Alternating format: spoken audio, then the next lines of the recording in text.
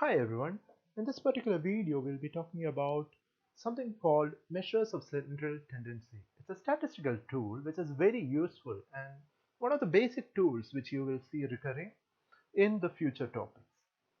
Going forward, look at this picture and I need a caption for this picture.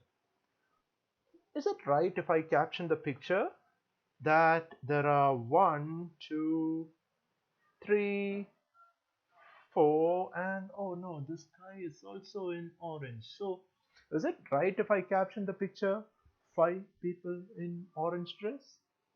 Doesn't look right.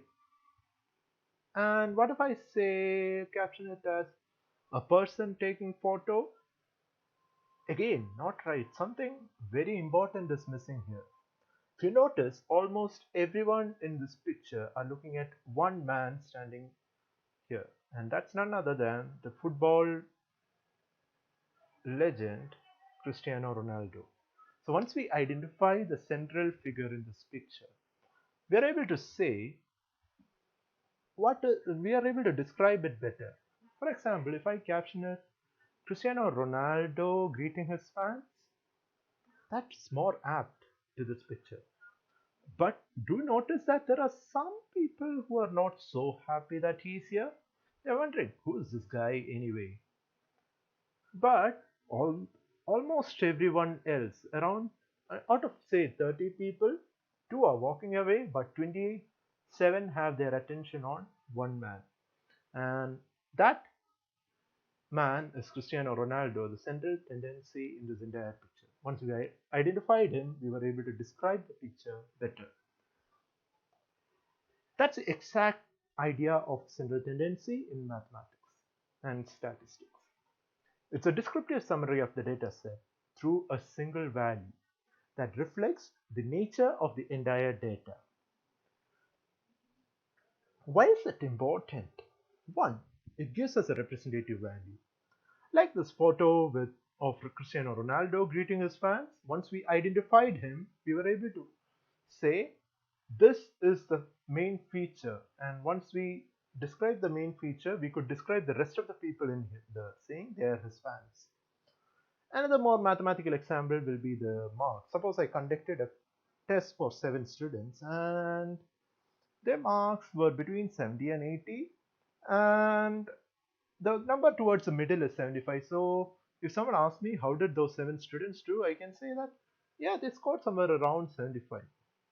Especially to non-mathematicians, if you tell them 7 numbers, they'll be more scared. Here you have a representative value to refer to the entire set of marks. That's the next advantage. Instead of listing 7 numbers to them, you can simply say one number and say the marks are around that number. Marks are around 75. It condenses the data.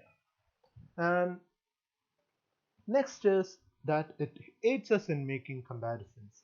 So all these, have you ever wondered what these weather researchers do? So some weather researchers, what they do is they'll measure the amount of rain in each city every day. And suppose in Cherrapunji on January 1st they had 400 inches of rain, and on January 2nd they had 420, January 3rd they had 460, and going on say December 31 they had somewhere around 490 of inches of rain. So if you notice, there are 365 data points here. And similarly, some of the weather researchers is doing the same in Shillong, and they calculated 90 in Shillong on Jan 1st, 99 on Jan 2nd, then it drops to 330 on Jan 3rd. Going on, there were days in which the rain was zero. There was no rain, and then on December 31st, suppose they had somewhere around 86 of rain. How would you find out which city had more rain? Because here the numbers are increasing and decreasing in the random order. There are 365 numbers. Do we compare all 365? It might not be possible. That's where central tendency comes into picture. You can find one representative value with which you can make comparison of amount of rain in different cities. In fact, they did the study around the globe, and that's why UNESCO has named Cherrapunji the wettest place in the world. That's a place where they get maximum rain. So it aids in making comparisons, and with comparison, we are able to draw conclusions from the data. And that's the next advantage of central tendency, that it is useful in further statistical analysis. So whether scientists, what they do is they calculate the average rainfall in Cherrapunji in 2019, 2018, 2016, 17, and then using that data they try to predict how much rain Cherrapunji will get in 2020.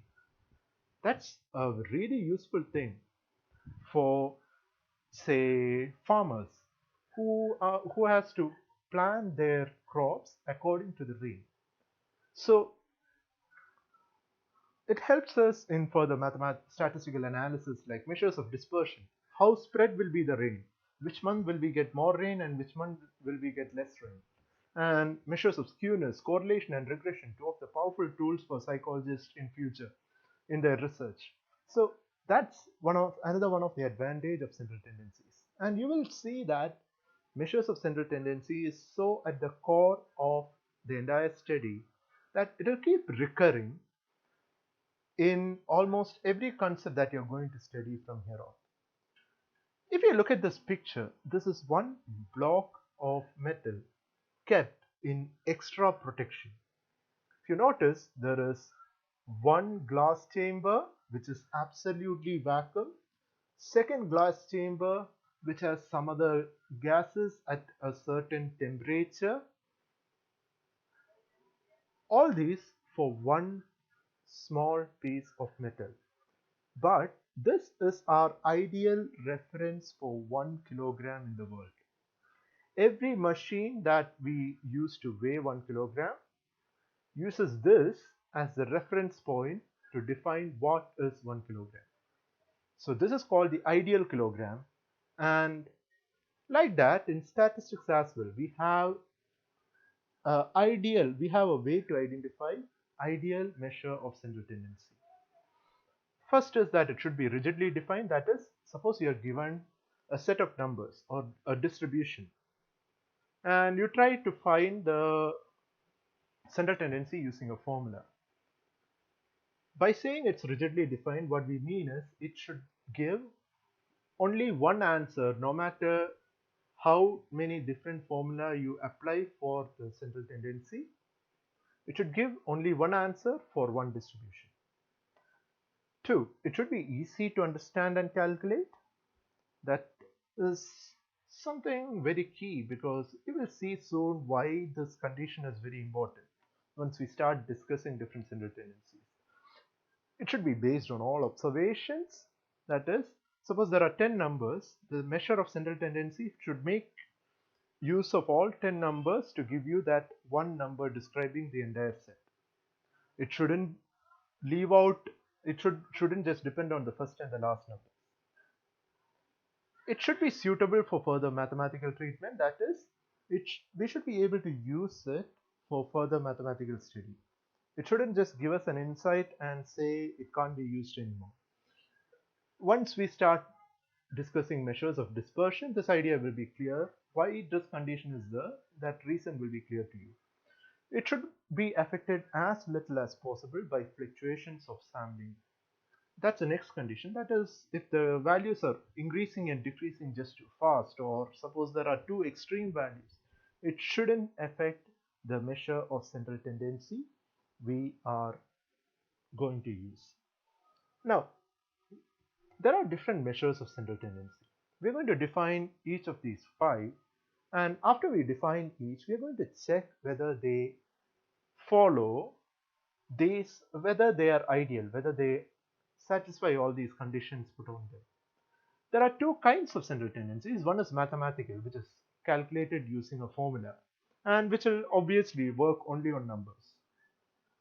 They are arithmetic, geometric, and harmonic mean. Second kind is positional. That is, it's not about the numbers or anything. It's not about a formula. It's about the position in which they stand in the entire distribution.